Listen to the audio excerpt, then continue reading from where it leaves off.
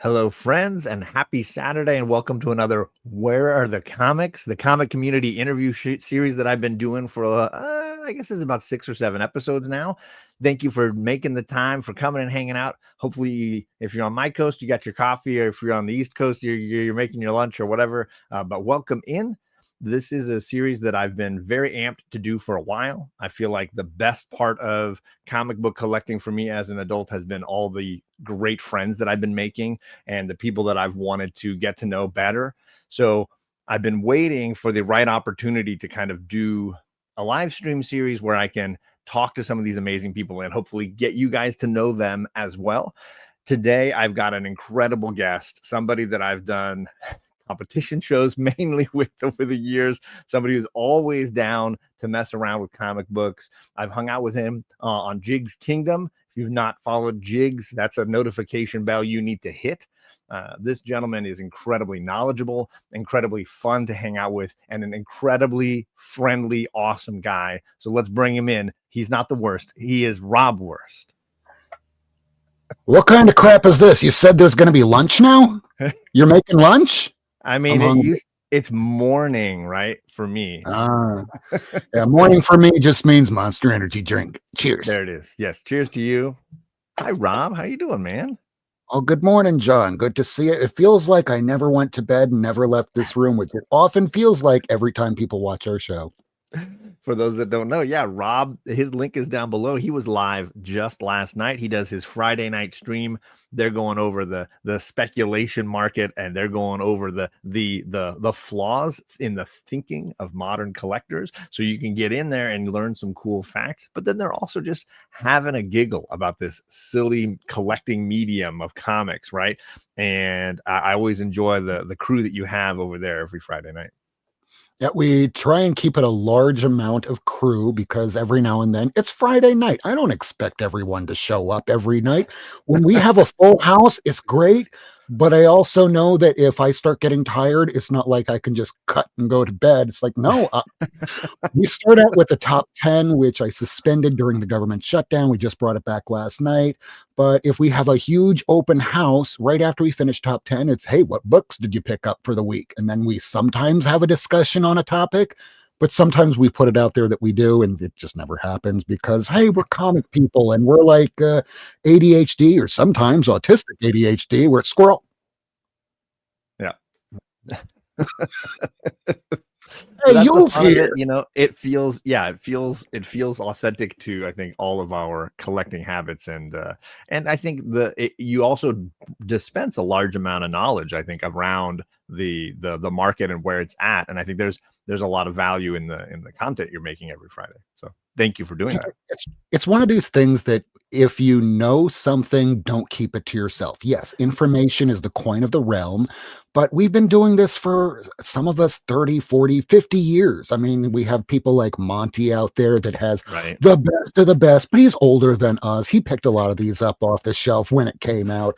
I didn't do that. I'm over here going, okay, let me work my ass off the entire week and the entire week and the entire week. I can afford one book and low grade. And you have done that many times because as far as information goes, a lot of good stuff behind you there. I have something that's the best right next to me right now. Kidding. Yes, indeed. Yep. But when it comes to information, I started doing this series that now kind of correlates with the episode number we're on. We just finished up episode 214, and on usually Saturday mornings, I drop at 10 a.m., but because I'm on this show, I pushed it out to 6 because I didn't want any competition being there. It's like, look at me, but I'm on this other guy's channel, but also look at me.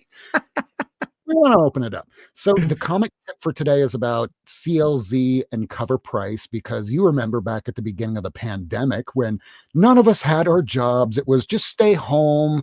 Jigs was telling me about CLZ, and I'm like, I don't know. It's like, Rob, what else do you have to do right now? So for 2 weeks straight, I'm here going deep. I mean, every single live stream I saw you on during that stretch, you were like, okay, I'm working through the letter T this time. I'm working through the letter Z now. It's like we can. And then you're like, wait, Rob, I thought you were finished with Z. Why are you on B now? Oh, I finished the DC. Now I'm on the Marvel side. Yep. Oh my God, how long is it going to take you to do this? I don't know. It's been like 8 days. You know what? That was my first interaction with CLZ, was hearing you go through that process. And then later through, I think it was Phil's Treehouse, he gave away some CLZs and I got one, and then I just re-upped it and I've been using it ever since. I got rid of the cover price half of it. I didn't really feel like I was getting much for that. It was interesting to see it, but then it was later, I was like, it wasn't adding a lot to my collecting. But I like my comic shop that I go to. It's we call it Miami Fresh Comics on Instagram, or it's Max Comics if you're looking it up on Waze, which could also be Frank's Comics. There's like 3 different names for the same store because it passed through so many hands. Sure. But when he tells me a price on a book, I was able to, rather than jump over to eBay to see what someone's trying to sell or what it's last sold for, I would punch it into CLZ, and when it was linked with cover price, and mine is, that's how I do my top 10 list every week. Right. I'd punch it in there with the approximate grade that I think it is, and it would give me a number. And I'd go, well, if it's way above that, maybe I'm okay. But if it's within the realm of reason, like if it's $5 over, hey, that's shipping on eBay. Because I don't want to have to buy with eBay. When you buy with eBay, half the time, you don't know what you're getting. You might get somebody that does it with the pool tabs like JB used to talk about. You might even get somebody that does Geminis. It's like chef's kiss, but occasionally you get the person that does the sandwich between 2 pieces of like a cereal box. Yeah. I once got something in a manila envelope, no bag, no board, no nothing, for a $200 book, and that was Elf number 48. Wow. Yeah, that was not good. Those are not the good moments. Guess what I still don't have? An Elf 48. Oh. I mean, it's a pretty funny cover. It's a great cover. He was advertising it as an 8.0. He sent it to me. The cover was ripped. It looked like the UPS driver was sitting on it. Well, so gang, if you're not familiar with Rob, he's first in the chat and his link is down below for his channel. Let's say hello to some other friends we got here. Tailgating, we got Ruben Guzman. What's going on, Ruby G? Right when the notification bell went off, we had our man Cliff on Comics. He was with you last night. What's going on, Cliff? Happy Saturday, my guy. We got Mad Spidey Simon. He'll be going live later tonight. Good to see you, Simon. For him, it's the middle of the night. Yeah, right. Exactly. He's up late. What is going on, Air Spider? Happy Saturday to you. And Gramps is in the chat. What's going on, Pops? Good to see you, sir. We got Ian, Strange Dog Comics and Wrestling. What's going on, Ian? Austin LeMay up early. Good to see you, my man. Kenneth Bird. What's going on? Yul Carter's saying, I'm here for the worst reason. I watched his show on Tuesday. It's good to have him back. He's fantastic comics for people that don't know. Man, let's see. Matt Spidey says, I jumped on every open live stream and scanned my entire collection on my 3 weeks off at Christmas a few years ago. Ooh. It's 3 a.m. Oh, Lord Almighty. Well, happy Sunday to you. That's Simon. what time I went to bed last night. And I'm still chipper in here in the morning. That's no good. That's monster. Well, Rob, let's get to know you a little bit and your comic book journey. My first question is always like, tell me a little bit about young Rob, like the young you that first discovered comics. What were you like when the comic bug bit you? Okay, so I'm going to start off by saying that I am one of those people that's within the community that's with autism on the spectrum. We call it autistic ADHD, AUDHD. So we drill down. We really want to get into that information and knowledge. But before there were comic books, I was just some kid watching G.I. Joe and Transformers and He-Man on Saturday mornings. And then one day my parents go, Rob doesn't really talk to any of the other kids at school. Is there something wrong with him? He seems to be friends with all the girls. Are you afraid he might be gay? I know, my mom says. I just talked to my brother, my uncle that lives out in Colorado. Let's fly him out there and we'll take him hunting, because there's no better thing to butch up a boy growing up in 1987 than going hunting, which is essentially a drinking game, if you don't know, living in the 1980s. So I go out there with my dad, my uncle, and we wander out into the forest and they're throwing back beers, and it's boring to me because there's no such thing as Game Boy yet. So wandering out into the forest, I'm like, I gotta go pee. So I wander away behind some bushes. My uncle goes, "Hey, there's something moving over there." Na, na, na, na, na, na, na, na, na, na. Bang! So here I am going, what just happened? I'm looking down, I'm bleeding. And my dad is freaking out. My uncle's freaking out. And I just pass out. Next thing I know, I'm in the hospital being told that I died. And my dad started bringing me comic books because there was a comic book shop about a mile away from the hospital. And I had to stay there for a while. My mom had no idea what was going on, where my dad even bought us a Nintendo. So when I came back from Colorado after being there longer than we expected, because my uncle had money then, he worked for something called Store Cable, which turned into like HBO later on. And he started out with Born Again, the Flash run when it was the trial of the trial of Barry Allen, because he killed Professor Zoom. It was so cool reading as like a 7-8-year-old kid.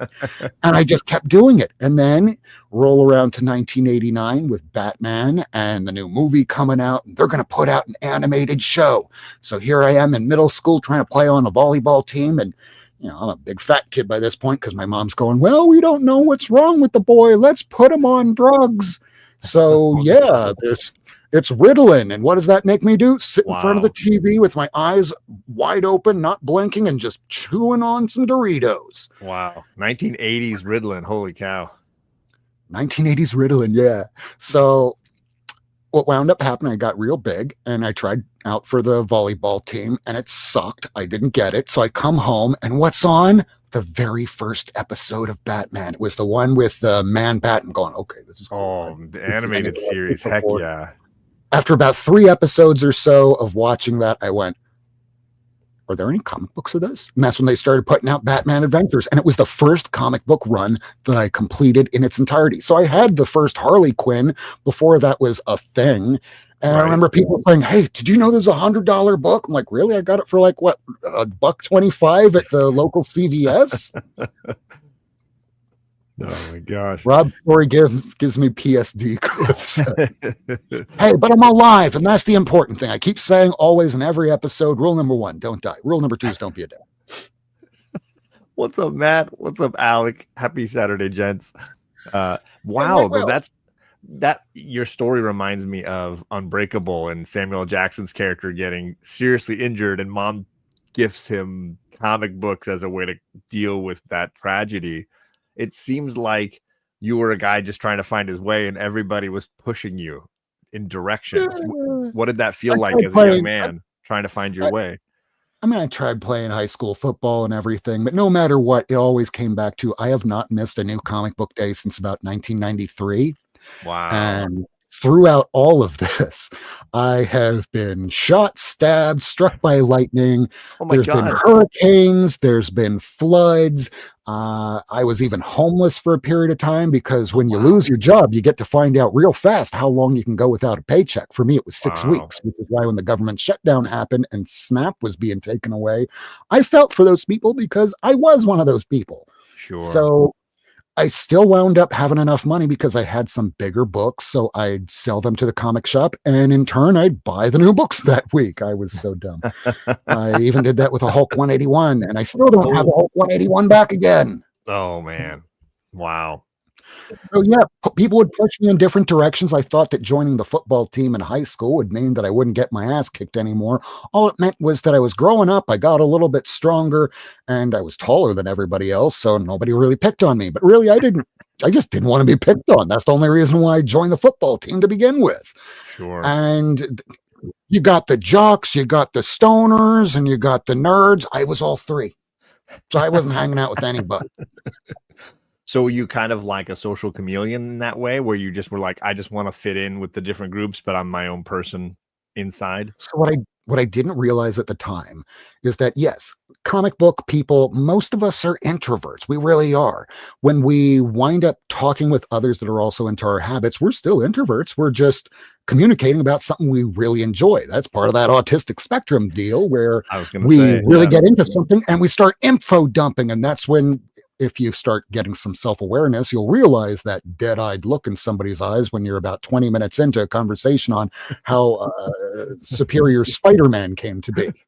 It's like, Rob, he's 6 years old. He doesn't care. Yeah. But no, I mean, I as a teacher, obviously, I have had kids on the spectrum a ton of times, and whether it's trains or dinosaurs or whatever, there's always that minutia where they get into it because it creates a stabilizing force for them, right? It's a social, just like you're saying, a construct for them to allow conversation and to interact, in a way that's productive and somewhat positive. But the social cueing system is very complicated, which I think is why a lot of collectors in that vein tend to be very like social chameleons. They can kind of like fit into many different, like you're saying, groups at school, especially high school, which is so cliquey. There's a downside to it, though. We can be very communicative, but, and there's always that big old hairy butt. So the big old hairy butt is this. We can be very social, but at the end of it, we need to crash for almost like a day. It's kind of back in the days when I used to drink heavily, and then I'd need like a couple days to recover. But the unfortunate thing is that I was constantly drinking, so I always was feeling really, really tired. But being social, yeah, I could talk to somebody like you and just talk about comics, and we'd be back and forth, and we weren't talking over one another. And then like 3 hours later, why does it feel like I ran a marathon? That social battery, right? Yeah, for sure. Cliff says, sadly, not an introvert, but also socially challenged. Spidey saying, always been a lone wolf and an introvert. That's why I'm still amazed I'm on YouTube. Ooh, masking. Yep. Right. But you're in the things that we're into. It's not like I can come in here and start talking about foosball. I mean, sports ball? Yeah. Yep. Foosball. It's all the same, right? It's the same thing. My mom had a saying for it. It's balls and wheels. And anytime my dad tried to get me into it, I'd go, I'm just going to finish this comic. Yep. Yeah, exactly. Going full talk about black suit versus red suit with someone who has no clue what you're talking about, right?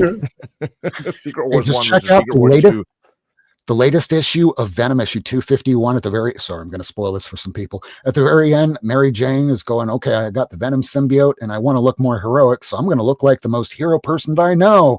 I am Spider-Man. And so it's Venom with the Spider-Man outfit on. And it's, oh, goodness. At least he's imagine me trying to talk to a little kid about this, and they're going to go, what the hell is he talking about? I only know what I see on the cartoons on TV. Hey, that's a good start. It's a good start, right? You mentioned briefly that you've been pretty consistent about going to LCSs on Wednesdays and being a collector pretty much nonstop. So were there many gaps in your collecting, and were there any times when you were like, oh, I got away from the hobby, or it meant maybe less to me, but then something drew me back, besides obviously budgetary needs? So throughout high school, throughout college, I was the one that was bringing my friends, because I went to an art college. It was New World School of the Arts. So it was like Dan, Skip, Risa, Katrina. Hey, we're going to be going over to the mall to watch a movie. The new movie Matrix just came out. You want to see it? Yeah. Do you want to hit the comic book shop beforehand? And that's where I picked up the Batman and Batman Harley Quinn, the first time she's in continuity with DC. Yeah. And I was buying comics for them. That was when Ultimate Spider-Man came out. And it's kind of like now where you don't need to have a lot of continuity to know beforehand. So I was letting them read it as I was reading it, and people were getting into it slowly. I was the drug pusher, but not drugs. It was comics. Hey, you like comics? You want some more of them? Daredevils? What was your success rate, though? Were you able to convert very many people, or was it kind of just like talking to the wall sometimes? Because that was what it was for me. So I had there were a handful of people that read it and I could talk to about it, but they weren't going to be going to a shop to buy their own stuff. There were a couple people that did.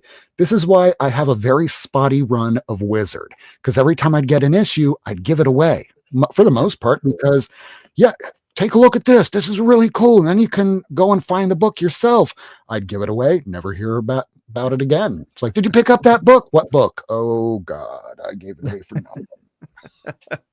For me, it was, I had one high school friend that was into comics like me, and I could talk to him. And then I had a bunch of D&D nerd friends, and they that these two, my other friend, these were very judgmental groups. Like, oh, comic books are cool, but D&D, or D&D is cool, but comic books. There was not a lot of like, oh wait, we can both be our own nerds together. that did not cross over until way later. And now it's cool. Right now, comics are kind of cool. And I've got nephews. And they're like, they're pumped when I'm like, hey, come on, if you're coming over to hang out and you want to take some comics with you, I got some trades over here, you can take some stuff. So giving them, even into their teens now, giving them a trade paperback with their Christmas gift as like a throw-in add-on, like, here's Civil War, read Civil War, like, that's cool now. My brother has 2 kids, so my nephews, when I flew out to Washington the other year, it was Christmas, so I had a bunch of these free comic book day things. Mostly it was Disney stuff, like the villains, Maleficent and Scar, and one of them was Mickey Mouse, and the one kid loves Mickey Mouse. I brought this big chunk of comics. I wrapped it up for a Christmas present. I was like, oh, okay. They sat it down. Never touched it again. Like, hey, so do you like Spider-Man? No. Do you like Batman? No. So what do you like? I like cars. Like the movie Cars, where they all talk. It's like, no, the cars on the street. We might be in trouble with collectors. I was gonna say wheels and balls, right? You said wheels and balls, right? That's what it is. It skips a generation. Whatever you are into as a parent, it seems like your kid is going to be into the opposite. So ask your parents, hey, what are you into? Because that's chances are what your kid's going to be into. Well, and I have one niece and 5 nephews.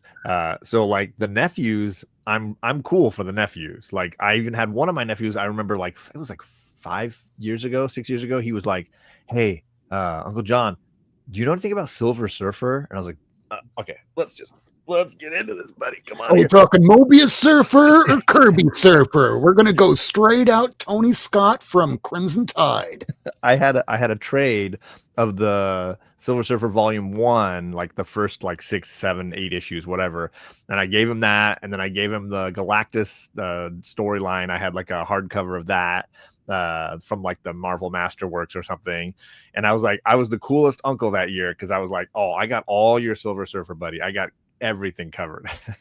And I think Silver Surfer Black had just wrapped, so I think I had something for that as well. I was like, oh, you should read Silver Surfer Black. Like, check this out, this is wild. It's like, Uncle John, what's the Fallen? Hold on, hey, kid, you ever hear of Donny Cates? Right. Well, I hope you aren't too attached to Silver Surfer, because what happens to his head, Mjolnir's handle. Yep. Nowadays, Uncle John, what did you do to me? I'm traumatized for life.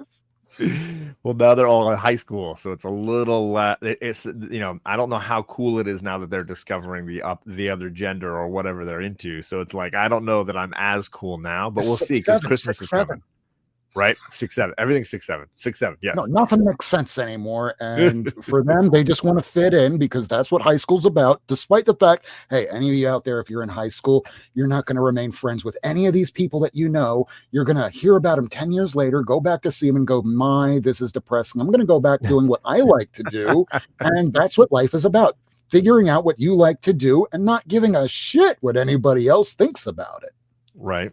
100%. Great comments going on in the chat here. What else do I use for stuffing with a giant box that I used to send to Mr. LeMay? Simon says, I need a Silver Surfer 1. Christmas is coming. I will say the only single issue of Silver Surfer that I own is first. There it is. First. Oh my God. I want to say Morbius. Good Lord. Mephisto, issue 3. So that's the only one that I own currently, is issue 3. Austin LeMay says, oh, there it is. Austin LeMay says, where do symbiotes come from, Uncle John? The planet Clentar. We're done here. There's too many of them, and we got to wipe them out. No more symbiotes. I mean, it's kind of taken over Marvel for a stretch there. It's like, right now it's a better question asking, instead of who's been a symbiote, the better question is who hasn't been a symbiote. Right.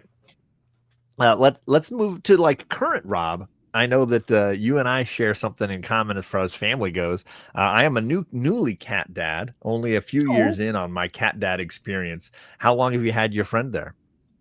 So this one here I've had since about 2021 or maybe even early 2022.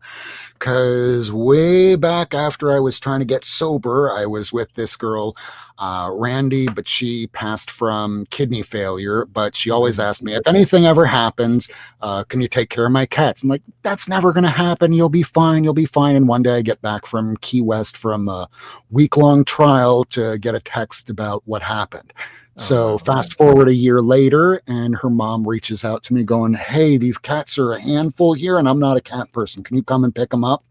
So like an hour and a half later, because they live very far away, ran up there, picked them up, and had Benny, and Lily's in the other room. She's 24 years old. Oh my goodness, 24-year-old cat.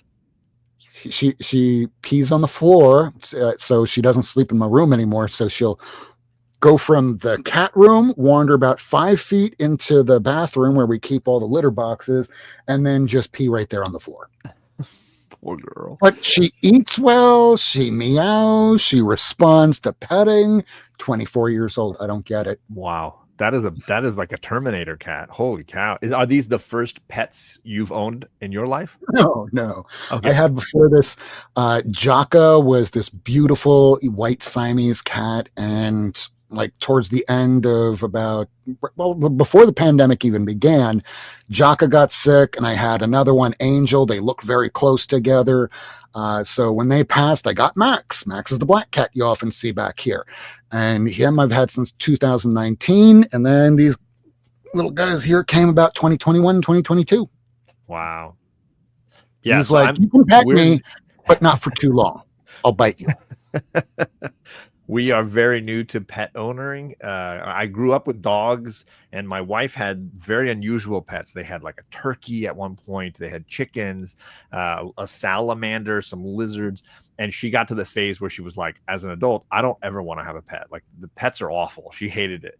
And then, of course, I raised 2 daughters. And you're saying, skips a generation. They grew up with like, I want a fur baby. Where's my fur baby? And it was a lot of push and pull. And I was always like on the kids' side of like, I'm happy to get a pet, but you gotta convince the other caregiver here.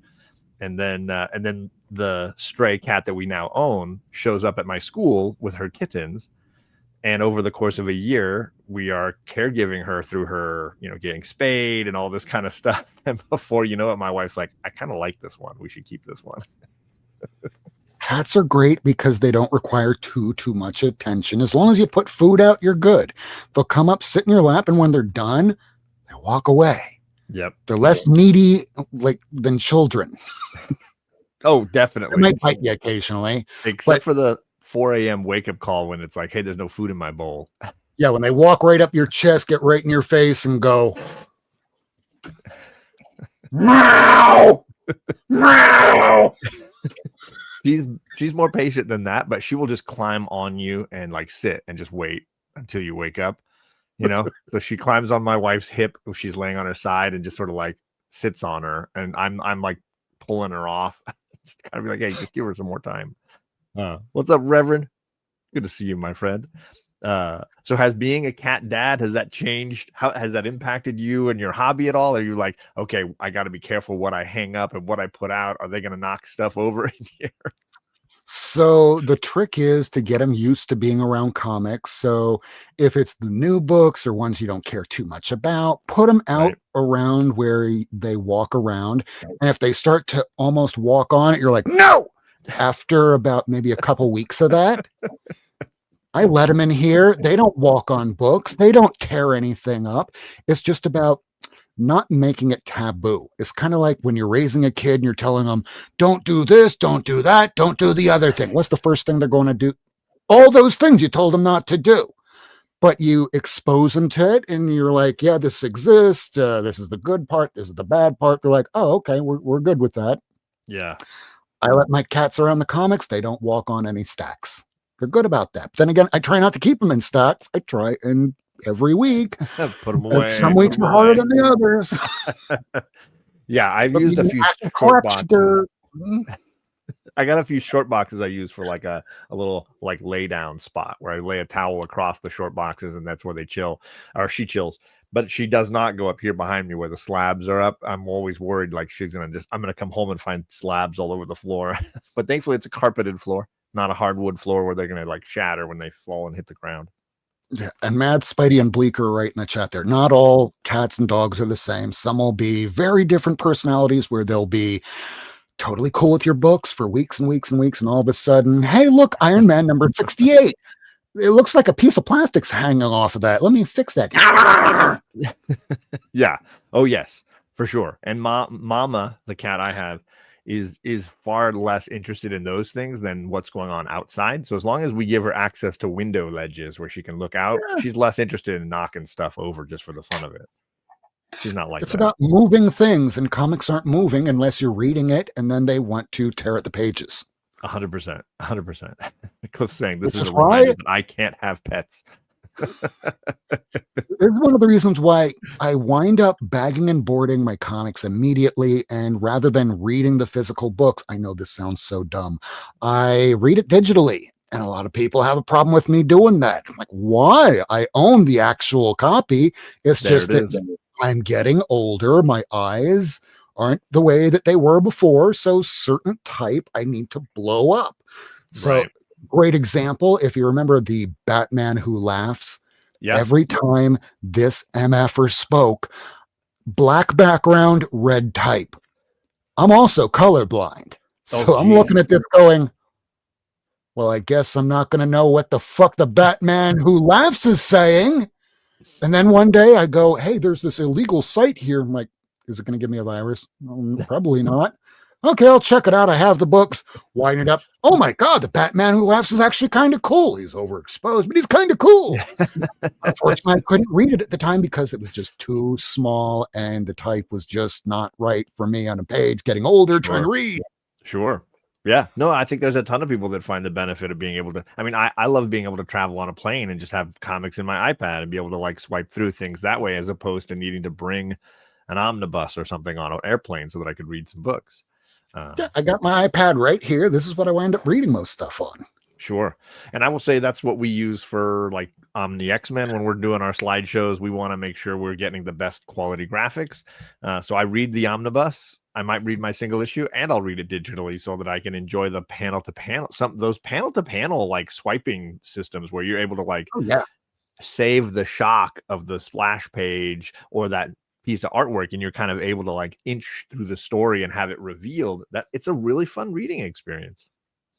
It's not the same when you have somebody that knows how to properly write a comic and lay it out so that when you turn a page that here's this big shocking moment, rather than let's have one page on the left, one on the right, and the right is the big reveal. It's like when you turn the page, you've already ruined it. It's like looking on Twitter on Friday morning for a movie that you can't wait to see, and now it's been spoiled for me. Great, thanks. 100%. 100%.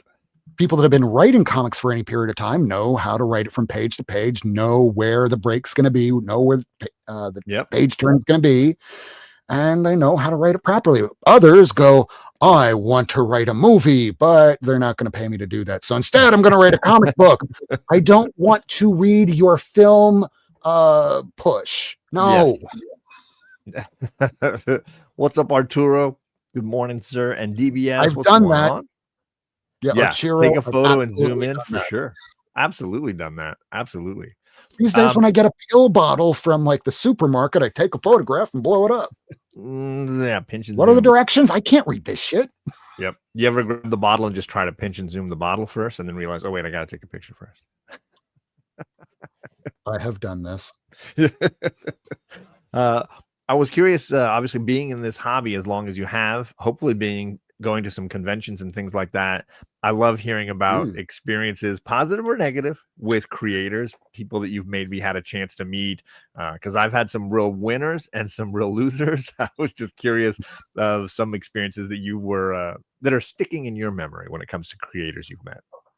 So I remember way back in the day that Todd McFarlane would come to a show and you could tell the difference in what he thought about your book that he was signing by whether he'd put T McFarlane or give you the full Todd. Yeah, the full. So if you wound up bringing a book that was kind of expensive or harder to get, and this is like 1992, 93, Spawn's just beginning.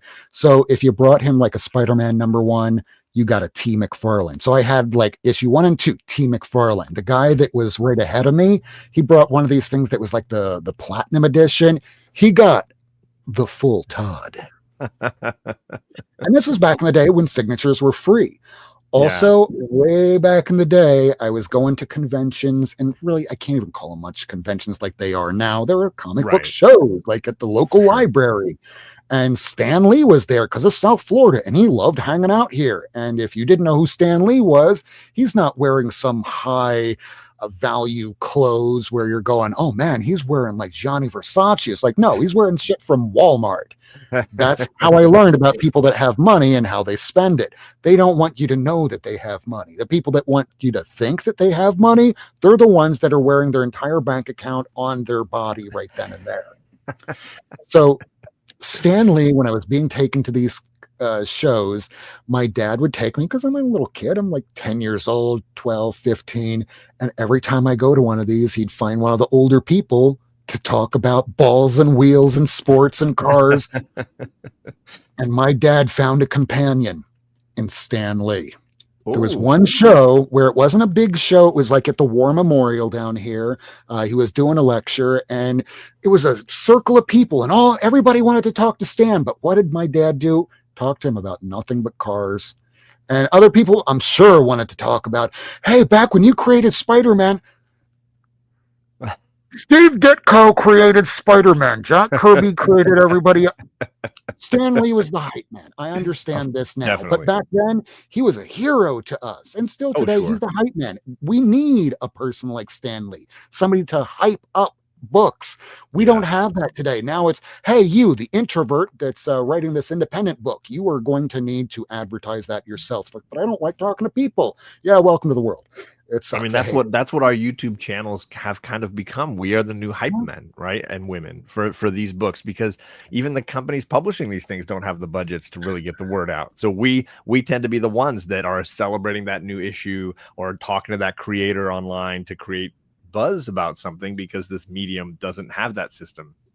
No, it's just when we're trying to have, I used to do Kickstarter shows for people to come on, talk about their books, but I was the one hyping up a lot of their material, because you ask them a question is, yes. So what do you think about this? No. Can you give me a little bit more? No. Okay, I hate doing this, and I barely have enough time to read anything during the week, so I'm feeling like I'm asking the same questions over and over and over again, so I stopped doing that. It's a hard thing. I know Katie, K-pop, I know Katie does it like she can turn those things out. She can really create a great interview around that. I struggle with that. Oh, Perry's here. Perry dropping there it is. Perry dropping 5 gifted memberships. What's up, Perry? Good morning, buddy. Let's see what I got for you here, Perry. Let's see. I'll throw the baby in the garage. Here you go. Ready?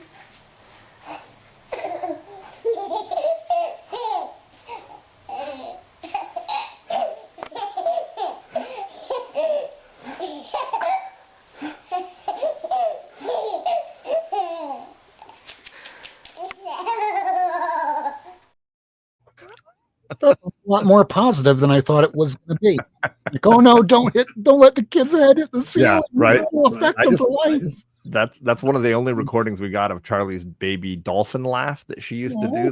That dolphin laugh was very popular in this household. So congrats on the 5 gifted memberships. I'll check in just a second to see who scored those. But thanks, Perry. I was looking for you in the Discord this morning, but I think everybody was sleeping in over there this morning. What is up? Lana Ling is here. Happy Saturday to you. Let's see. I missed who did I got everybody. OA collectors have more bad stories than good when it comes to creators. I mean, obviously you get more interactions for sure. Although I brought some OA to my hometown con is WonderCon in Anaheim, right next to Disneyland. It's like a 30-minute drive for me. So it's perfect because I can park my car walk in with OA, do whatever I need, and then put it back in the car and then continue at the con. I don't have to worry about like, oh, I got to hike it all the way back to the hotel where I'm staying or get on a train or anything like that. So I brought in some pages of OA that John Boy Myers had done of Spider-Man that he never signed. And I had a great, interaction where I asked, hey, can I bring these by? Do you mind? I wanted to have you sign them because they're not unsigned pages. And I brought him in, and his wife was like, oh my God, because they're like some of his earliest work, right? And he was like, it's like seeing an old girlfriend for the first time in a really long time. He's like, I don't know how I feel about it, but he signed them for free. He even posed for a picture with me with them.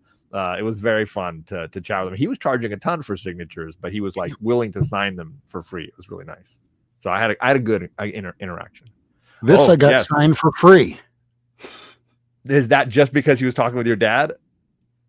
There's even the ticket that we got when we went to go see him at that International Museum of Cartoon Art, where after some period of time has gone by, every time I'd see Stan, he'd go, hey, Rob, how you doing? How's your dad? That's cool.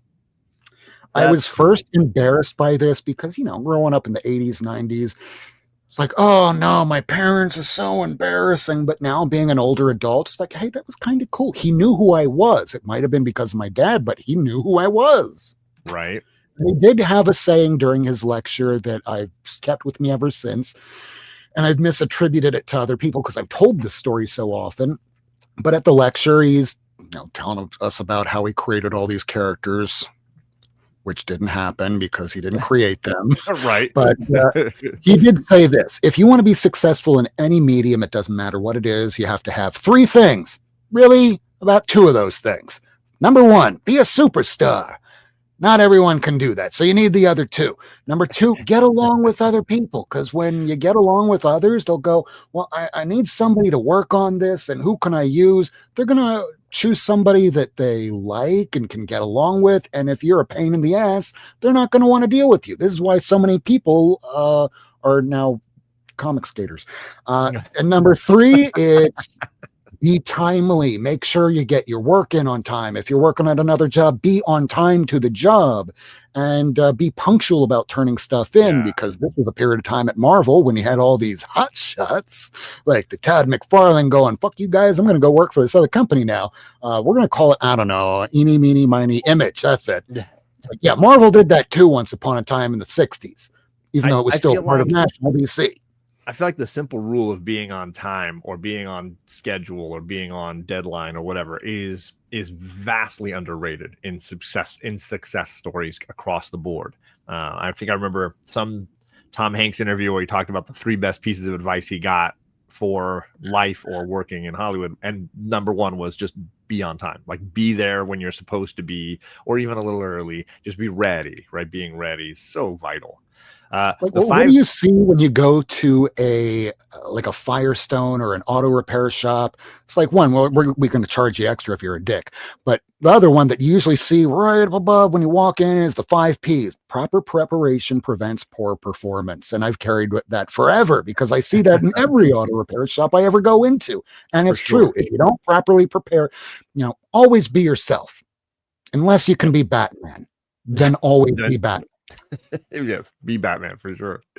The 5 gifted memberships landed with Real James Willie, my Canadian friend. Congrats to you, James Willie. Matt from Heroes for Hire Comic Club.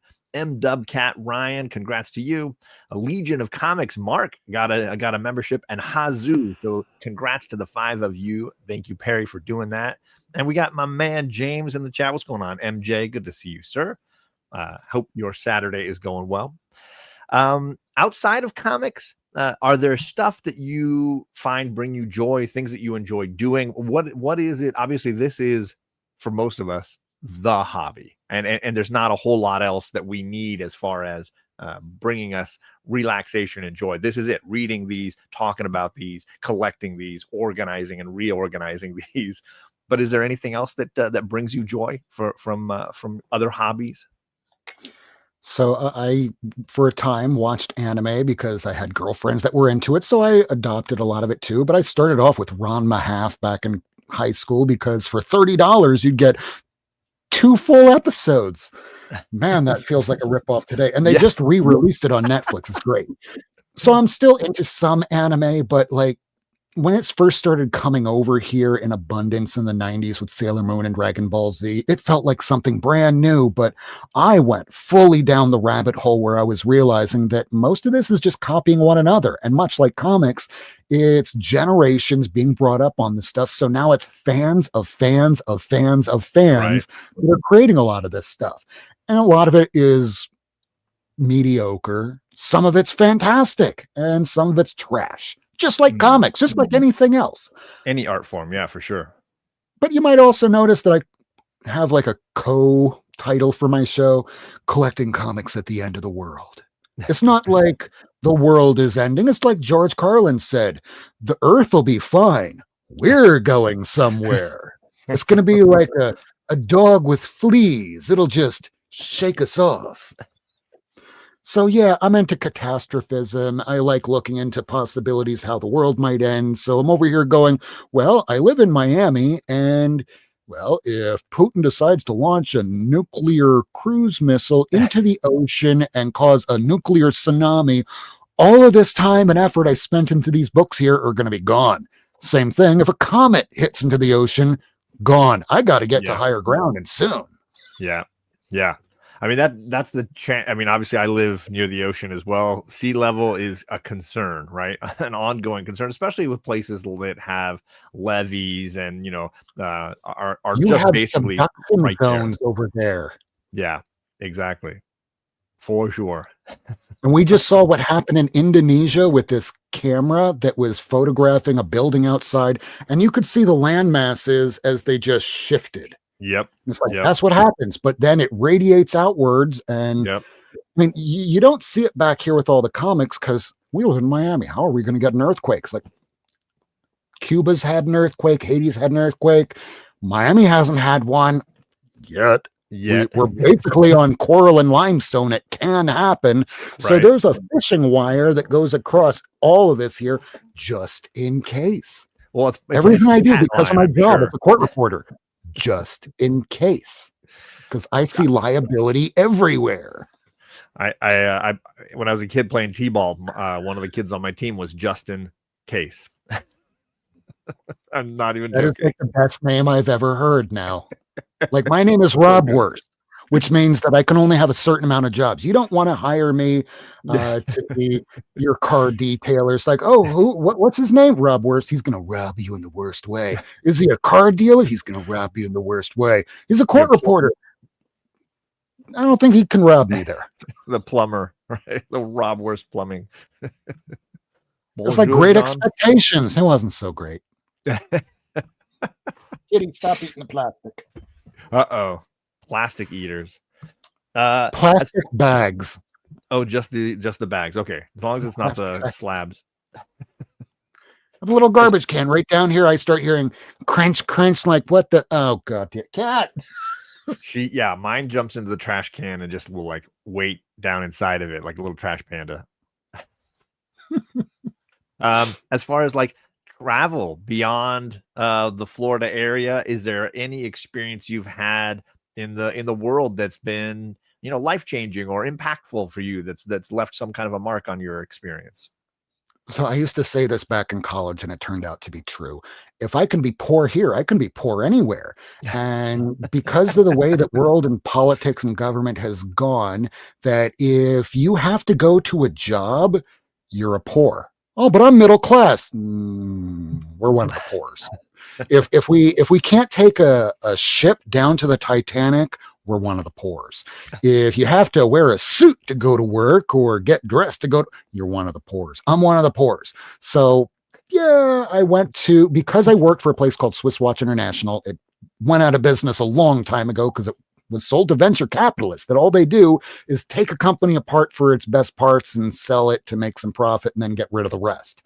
I didn't know what that was back then, but I learned real quick. So when I worked for them, I was the art director, and for a time we were going around the world to try and pitch some of our products because they had the SWI group watch, and it was trash. It really was. But I went out to Art Basel in Switzerland. I've been to Russia. I've been to China. I've been to several places around the world, and mostly people are about the same. They just want to get through their day, enjoy their life with their family. They're not looking to harm each other unless they're poor, because they're really, really poor. Just look for opportunity. And an opportunity is chaos. And in chaos, you can steal. You'll learn that if you go to Manhattan and you're in the middle of downtown. Right. You're like, hey, I think I lost my wallet, because in chaos, you can steal. But I went to Japan, and I went there for my honeymoon back when I was married, and that didn't work out. But I learned a lot of little things that were just culture shock. Like we went to the Miyazaki Museum for the Studio Ghibli, and it was really cool. And they had a restaurant outside, and I can't even tell you what we ate.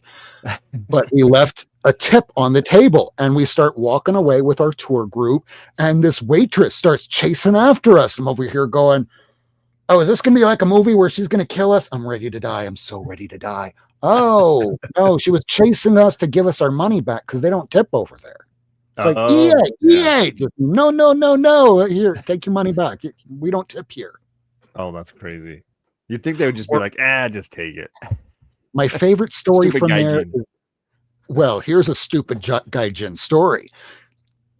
Getting to Japan, didn't realize what the temperatures would be, and dumb American, I know Fahrenheit. I don't know Celsius. We're not on the metric system. 100%. We're the dumb country. Oh, yeah. Yep. We're like the stupid stepbrother that no one really wants to deal with, even though we're told, it's like, no, our country is hot. No, we're the dumb ones. We don't know the metric system. So it said it was going to be like 30 degrees the next day. Okay. So my then wife and I, we go to the store, and I just wanted a jacket like this. I wound up giving the actual jacket to an ex-girlfriend. Oops. But on the back, it had something written in kanji, and I can't read kanji. By the way, a lot of people in Japan can't either.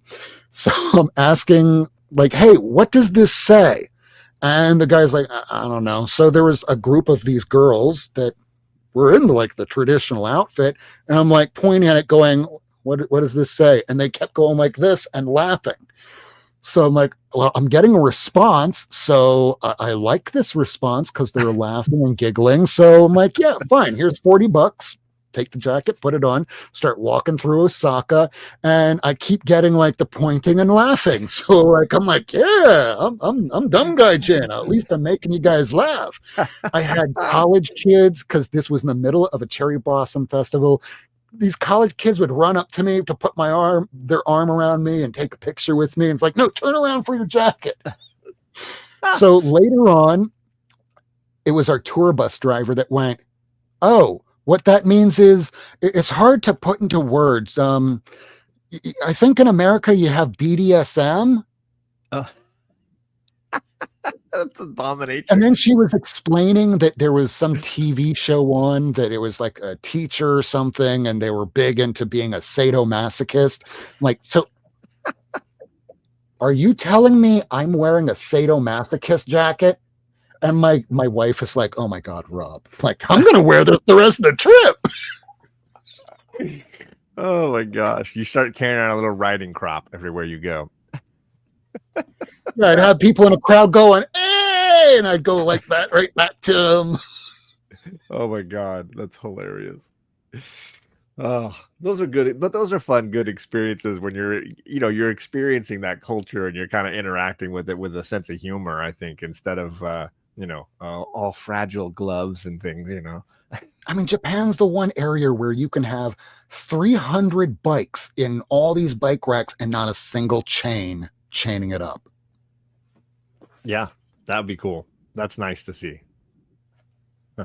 Or going to a bathhouse, having to take off your glasses because you can't really see very well. And then you go into the bathhouse and you're like, okay, well, I thought there was going to be this big expansive view that I could see, and all I can see is a bunch of dongs. And, if you go into the bathhouse, the men are with the men, the women are with the women. And I didn't realize there was a door way out in the back that would lead to that area to show that great, big, expansive area, because this is the oldest hotel in Japan. And I never got to see it because I can't see. Oh, man. Robbed of a moment. But then I guess it helps not be able to see if you're just in the dong room. There's one guy on our tour group that I swear to God, it was like a baby arm. Yeah. I'm like, oh my God, don't look. As far as like other media that you might be interested in, I grew up very musically stunted. My wife was a big music fan. And so when we met, she was trying to educate me on music through the ages and things like that. I was a big movie guy, so I was always like trying to hype up the next movie. So we sort of bonded over sort of teaching each other things about movies, TV, music, and things. Are there any things in media that have meant a lot to you or that you're passionate about in some way? I always loved foreign films growing up back in high school. Whenever it was summer vacation, I would hit the Blockbuster, the New Image Video, and just clear them out of the foreign film section. Oh, awesome. But as I've been getting older, after the pandemic, I just all but stopped watching TV. Most movies I don't even wind up seeing because honestly, they used to use film back then where you could focus on a character and the background's a little bit blurred out and then they could put it into focus and back again. And today everything's digital, so it just seems like slop to me, even by big name directors. It's just, and I'm not going to remember it after about 2 weeks or 2 months. So if I'm not going to remember it, why am I going to invest my time into doing this? I got comics to back and board and make sure. Plus, all the streaming stuff goes away. But if you have a tangible product, they can't take that away. I mean, a fire or a flood could. So make sure you don't have a candle in your room. Oh, what's up, Rod? What's going on, my friend?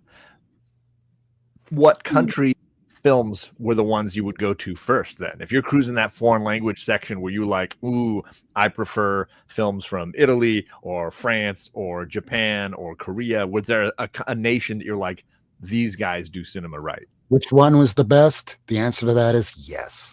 I mean, you had Akira Kurosawa, you had Ingmar Bergman, masterpieces. I'm forgetting the guy's name right now. He did Solaris over in Russia. I mean, you had people all over the world that influenced film here today.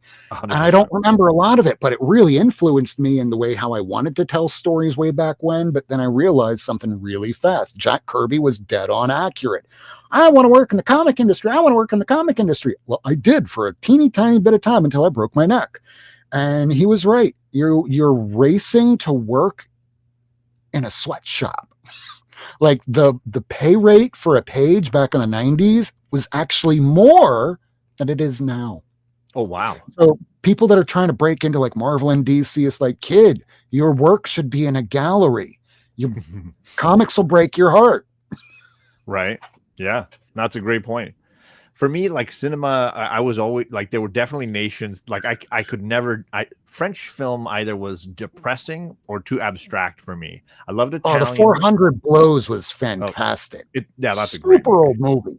Yeah, but like Italian cinema, I always really loved. Japanese cinema, I always really loved. Korean horror wasn't really my jam. That messed me up. Watch the movie The Host. The Host. Oh God, I've seen The Host. Okay, so yeah, and I'm not talking about the new one that came out here over in America, but it's just a monster movie, but it's in the daylight and they're using CG effects. Yeah. And this was a period of time where if you had a monster, it would always be in the dark because they know that the CG wouldn't look very good.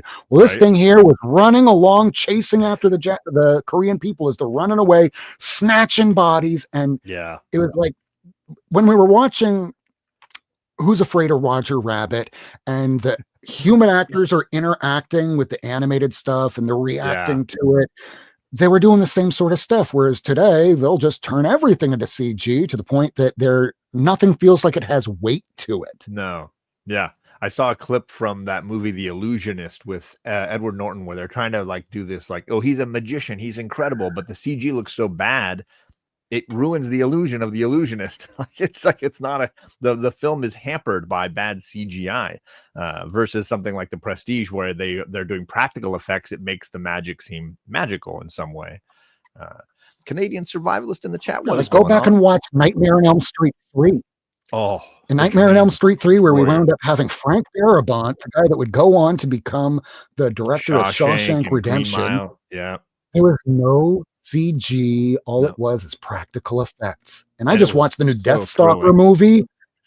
The new Deathstalker movie, nothing but practical effects, and it kind of works. Some of it's a little Nice. cheesy and fun, but I'd rather have that than well, here's the Scorpion King, and look, The Rock just became CG, and why does this look like a cut rate of an unfinished frames from a PlayStation 1 game? But Nightmare on Elm Street 3, here's Freddy Krueger as it turns into claymation where his head is like on a Oh, snake, so cool. and it was frightening as hell. It worked. And Today, a CG thing is just, oh, okay, yeah. well, that happened. Well, and the original Nightmare was so well, they did so many cool things with practical effects, right? Whether it was that wall that he presses his face into that's made of rubber, but it looks real, like he's coming through the wall, or the room that rotates and the girl looks like she's like dying as she's bleeding out across the roof of the ceiling Gushing of the blood room. from the ceiling.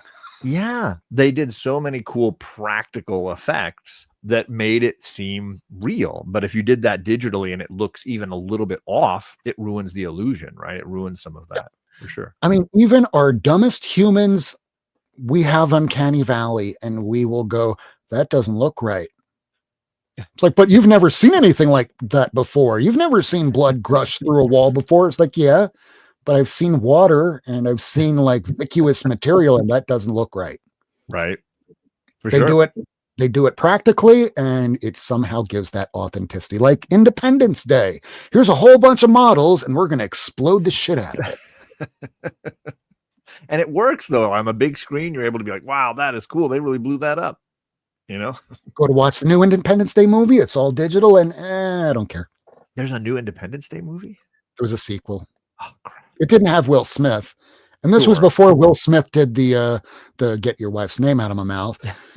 This was when he was still charismatic, and they're like, no, I'm not going to do that movie. Too expensive to get him for sure. What's going on, Damien? Sleepy readers in the chat. What's going on, my friend? I asked this question as an educator because I think it's always something that I find fascinating. Is there a educator in your life or an individual, a mentor of some way, or somebody that left a significant impact on you as you were growing up that that really just shaped your worldview or your thinking? So I loved a lot of my teachers growing up. Some of them were great. Some of them were not so great. They were all humans in the end, but one that I had, and this is going to sound really strange because way back in the, I guess maybe early 90s, maybe late 80s, there was a little studio that popped up in a little shopping mall that was just down the street from us in Coral Springs. And that teacher was Will Eisner. I didn't know who Will Eisner was back then because I was just some dumb kid going, hey, look at this. It's Jim Lee. Will Eisner, I don't know, he's one of the old people. Rob So Liefeld's I making learned Gene commercials, right? And you're like, who's this other guy? It's like, hey, what was this a commercial for? There's a half-naked woman that they're focusing on, and I can see a lot of skin, and it's really hot, but I have no idea what this is a commercial for. Oh, do you see in the background there those pair of jeans that are blurry and over a chair? It's a jean commercial. What? Welcome to the 90s. But yeah, I had Will Eisner, and yeah, he would teach us some art, but mostly he was telling us stories. Nice. And it's not like he was a bitter old man. He was just explaining how things actually worked in the comic industry. And I just didn't want to believe him. And he was telling us how, ever since way back in the 30s, 40s, 50s, 60s, all these editors just wanted to put out a very cheap product. That's why you saw them like 10 cents for the longest time, 12 cents, 15 cents, bottom dollar. We're printing this on shit paper. We're just pushing it out there. This stuff is not meant to last. And a lot of people that created these characters that we would come to know and love weren't actually the creators, because it's whoever the writer was back then than it was the artist. Right. So you had writers that would say, hey, come up with a bat character. I got this Batman. It kind of looks like Space Ghost. Brings it to Bill Finger, and Bill Finger goes, oh, you should add like some fins here, maybe a bat symbol, a cape flowing. It'll look like Leonardo da Vinci. And then who created Batman? Bob Kane. Bob Kane didn't create Batman. He came up with the name Batman. Right. I learned that at like the age of 10, 11, 12 from Will Eisner. That's cool. And he was telling us same stories about Stan Lee, that if you wanted to play ball at Marvel, you had to do it the Marvel way, which any creator at the time knew to be that you're going to come up with your story, you're going to come up with your drawings, and then Stan is going to come in and basically letter it. He's an editor. Yeah. You're going to come up with your own story. He's going to modify that story by making lots of words. Mm-hmm. But if it wasn't for Stan, because he did say that way back when the 50s were blowing out comic book writers and artists because you're doing Batman. Didn't he sleep in the same bed with Robin? Batman and Robin are causing kids to become gay. And all the horror comics, they're going to create little Johnny to become a serial killer. Yeah. So, yeah, he was telling us about all this history, and it's not something that I would get in school, but it really lasted with me all the way to this day. That's cool, man. Wow. Yeah. To Damien's point, that is absolutely mind-blowing for sure. Hey, Chow Yun Fat is your mentor. I'm in for that, Ian. Hey, Hard Boiled and The Killer, fantastic. Oh. That's what all started, the two guns in one hand in slow motion with the dove. For sure. All right. So last question then. Last thing. I like to ask this question because I think we are a culture very much wrapped up in like the end result, right? The finish line, not the lifelong race that someone has been putting in to achieve an end. So I was just curious if you felt like you had achievements in your life that you're proud of, that you can look back. It's easy to focus on the negatives in our lives, but things that you feel like, I've been working hard on this. I've been putting effort into this, and I'm proud of this. Anybody that used to know me before I was on YouTube, I was on YouTube before. Way back when I was going to work at Swiss Watch, there was this kid that came in, started working. He would hide a camera and start asking questions about comics, and it would be to laugh at me. And he'd post it on YouTube, and the damn things went viral to the point where like our boss found out about it and fired him. He's like, take these videos down. And it wasn't until years later that here I am talking about comics, having no shame about it. But once there was shame. But while he was doing this, what he didn't realize was he was showing to my boss that I'm intoxicated at work, because I used to drink so heavily that I would wake up, have a couple shots just so that my hand wouldn't be all shaky. And now, a lot different, because from about, I don't know, the end of high school, end of college, really, until about 2019, I was drunk almost every single day. Wow. Morning, noon, night, didn't matter. Fucked up my life, lost countless girlfriends. It ruined my marriage. Hell, I ruined on your health too. Oh yeah, I'm only 16 years old. Yeah, no, I'm sure it wore on my face and everything, but from 2019, when I told you earlier, when I got that text that Randy passed away because I was out on my little trip there for a trial, where I did have some drinks during that trial because I was trying to quit drinking, but I was secretly hiding it in shame. But after that, it was a Friday that I got that text. Her funeral was on a Monday. And after I went to that funeral, I'm like, we only have so much time left on this world. I'm not going to do it. So if I collect comics, I'm going to collect days. So every day it was, okay, well, I didn't do it. Okay, I got a paycheck, and the paycheck's pretty large. That would buy me a lot of brain eraser vodka. But I need to get those new, those Batman adventures from volume 2 and 3 and the Gotham adventures. So let's throw my whole paycheck at that. And I was doing that for about a good year or so until, I'm not really missing it. And then I go to places like, it's the holiday parties for work. I watch other people get intoxicated and I go, well, they're making themselves look kind of dumb. I used to call that my lifeblood, and I could communicate better. Now I have no inhibitions and I can talk about anything with anybody, because I learned that when you lose your job and everything is going away, and I put everything into storage because I figured I'm either going to be dead or I'll get back on my feet, that nobody cared. In the end, nobody cares about anything but you and your life and how you live it. So I made that change, and here I am today, going from stuff that my cats used to tear up the back of the box to putting the comics in the front of the box, surrounding my stuff with the things that I love, which is absolutely this kitty right here and all these books that you see around me. Right. And it's growing, which also comes to this other point here. Don't be a hoarder. You don't need to have everything. That's incredible, man. And I think amazing that your friend, you said it was your ex, Randy, that passing could have such a lasting, continued impact on you is incredible. It sounds almost like the hobby is taking a place for you, in a sense that the collecting and the enjoyment of the hobby is able to fill some of that gap for you. Is that accurate? Yeah, when I used to drink real heavily and I had only one rack, and that was the rack that was right here. Okay. I used to keep empty bottles of vodka on top of all those damn things because I didn't have anywhere else to hide it. Wow. And after a while, I'm going, you know what? With all them dead soldiers up there, I would rather just have the book that I can keep forever if I want to, or sell it, because I realized real fast, as I said earlier in the show, that you get to find out after you lose a job how long you go without a paycheck. So I was able to sell books back then to keep myself in my home. And then eventually I went, yeah, I'm going to go through everything and I still don't have a job. So let's just put everything into storage. So I know that this stuff can sell. And that was back in 2013.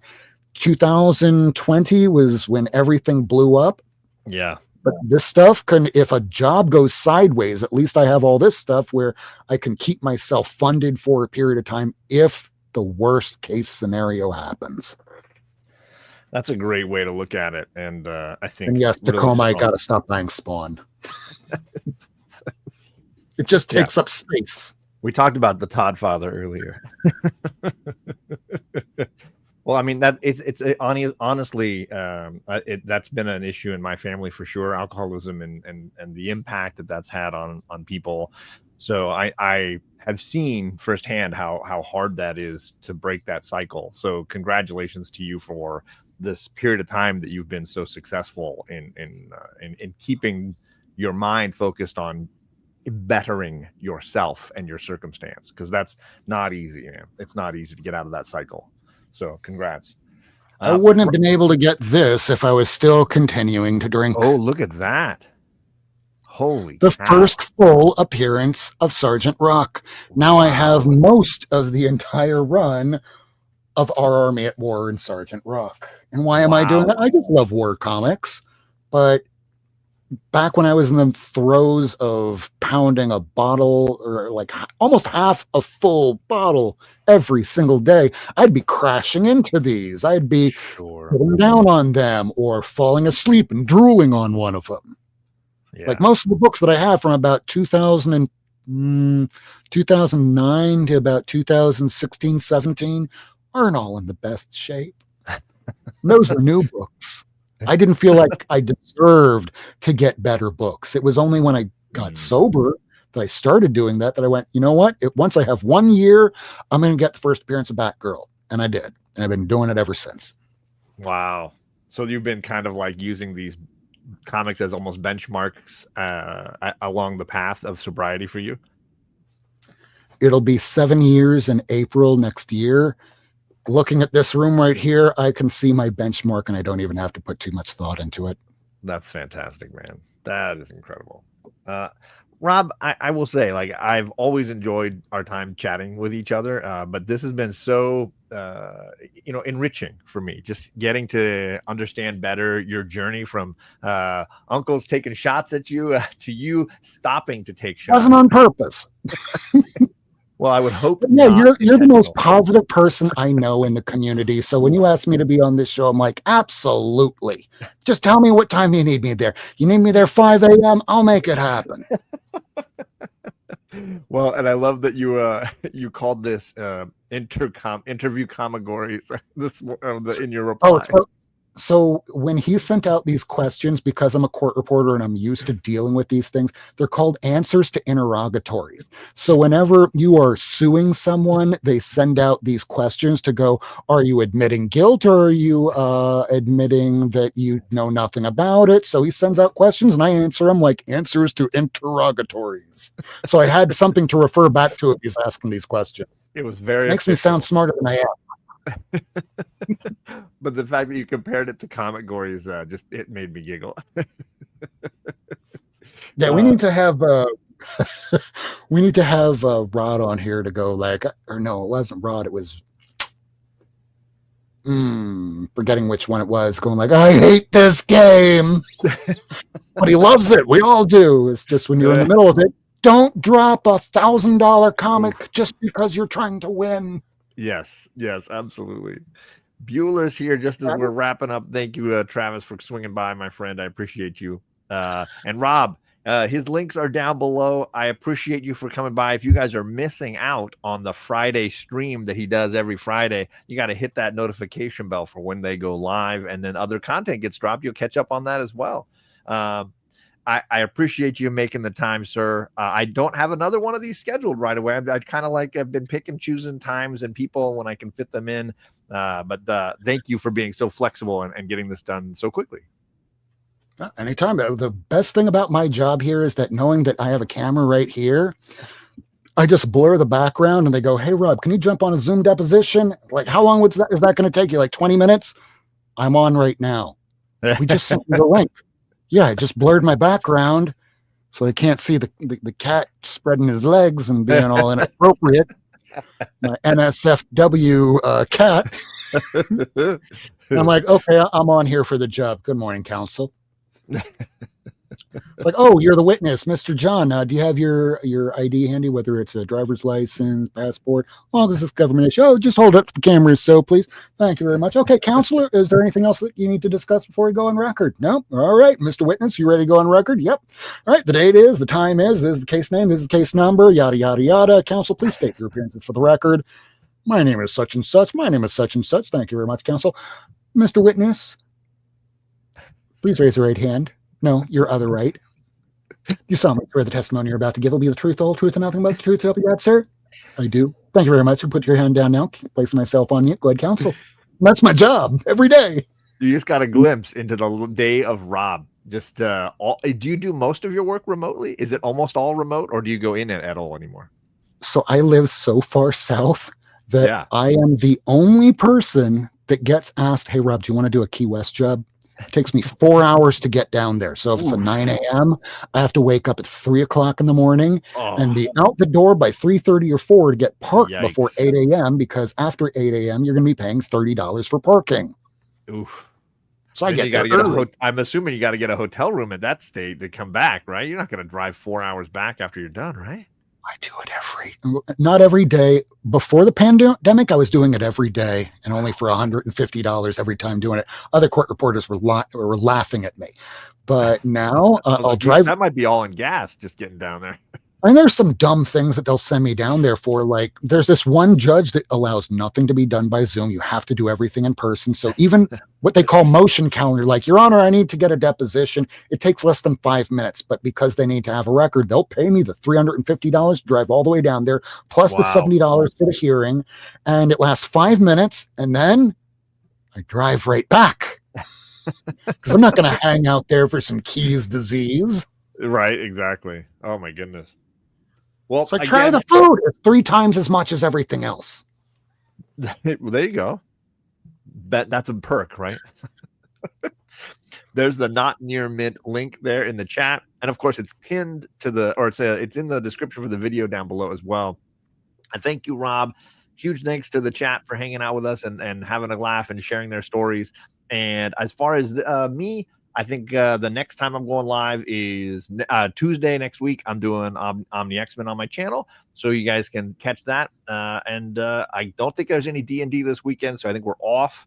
But I will be in chats and hanging out with people. I hope everybody's having a great Saturday, and we'll catch you guys all again later. Love you.